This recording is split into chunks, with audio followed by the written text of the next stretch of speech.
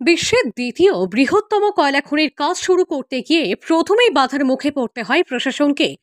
তবে বাধার মুখে পড়লেও বীরভূম জেলা শাসক এবং বীরভূম জেলা পুলিশ সুপার আশ্বাস দেন, সমস্ত জটিলতা কাটিয়ে আলাপ আলোচনার মধ্যে দিয়ে এই প্রকল্পের কাজ শুরু হবে। প্রকল্প বাস্তবায়িত হলে বিশ্বের দ্বিতীয় বৃহত্তম কয়লা খনি হিসেবে জায়গা করে নেবে দেউচা পাচামি কয়লা খনি প্রকল্প। বুধবার বিশ্ব বঙ্গ বাণিজ্য সম্মেলন থেকে মুখ্যমন্ত্রী মমতা বন্দ্যোপাধ্যায় এই প্রকল্পের কাজ বৃহস্পতিবার থেকে শুরু হবে এমন বার্তা দেন।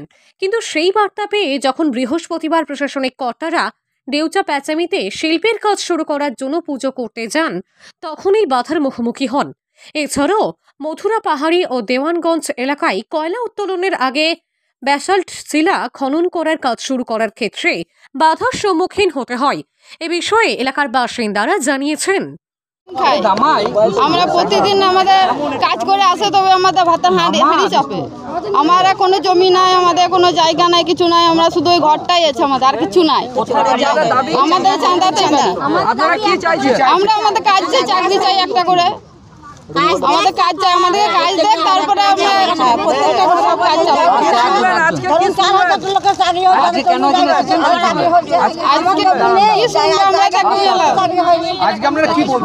আমরা ওটাই বলতে এসেছি যে আমাদের কাজ চাই, আর কিছু চাই না। বীরভূম জেলা শাসক বিধান রায় জানিয়েছেন, দেখুন, মানুষ স্বতঃস্ফূর্ত ভাবে করেছেন, ঠিক আছে। মানুষের কিন্তু আমাদের রাজ্যের মাননীয় মুখ্যমন্ত্রী মমতা বন্দ্যোপাধ্যায় তার যে অভাবনীয় যে প্যাকেজ, ঠিক আছে, সেই প্যাকেজে খুশি হয়ে তো তারা সহমত পোষণ করে করেছেন, সেই অনুযায়ী তো চলছে। এ তো যে যেমন ভাবে ফর্ম দিয়েছেন, হ্যাঁ, আগে এলে আগে পাবে, এইভাবে হচ্ছে। আর এখন যেহেতু আমাদের ফার্স্ট ফেজের কাজটাকে আরেকটু বেশি আমরা জোর দিচ্ছি, সুতরাং ফার্স্ট ফেজের আশেপাশে কাজগুলো আরেকটু ত্বরান্বিত করা হবে। পুজো দিয়ে কি উদ্বোধন? শুধু পুজো দিয়ে কেন, পুজো হলো, আমাদের মেশিন মোবিলাইজ করেছি। পুজোর সমাপ্তির পরে এখানে আমাদের যে এক্সকাভেশন বা ইত্যাদি বা মেশিন মোবিলাইজ করে ওদের ক্যাম্প সাইট বা ইত্যাদি আনুষঙ্গিক বিষয় থাকে, সবগুলোই তো আমাদের এর মানে আরম্ভেরই পার্ট অ্যান্ড পার্সেল।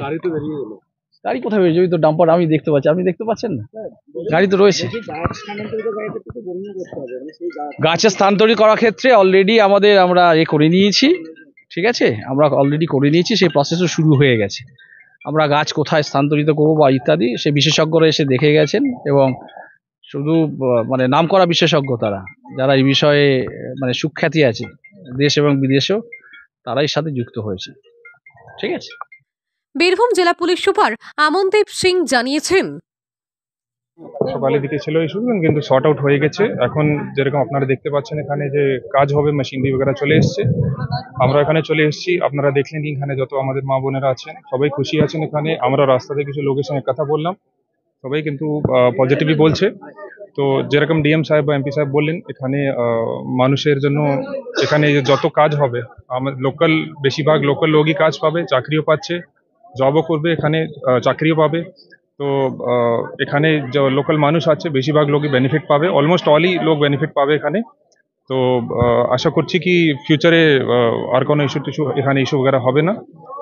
যদি মাইনর কোনো ইস্যু যদি হয়, আমরা jointly civil administration, police administration মিলিয়ে আমরা সেটাকে ভালোভাবে হ্যান্ডেল করব, সো দ্যাট কোনো মানুষের এখানে কোনো ক্ষতি না হয়। যেরকম ডিএম সাহেব বললেন, জল জমি জঙ্গল এখানে সব বাঁচানো থাকবে।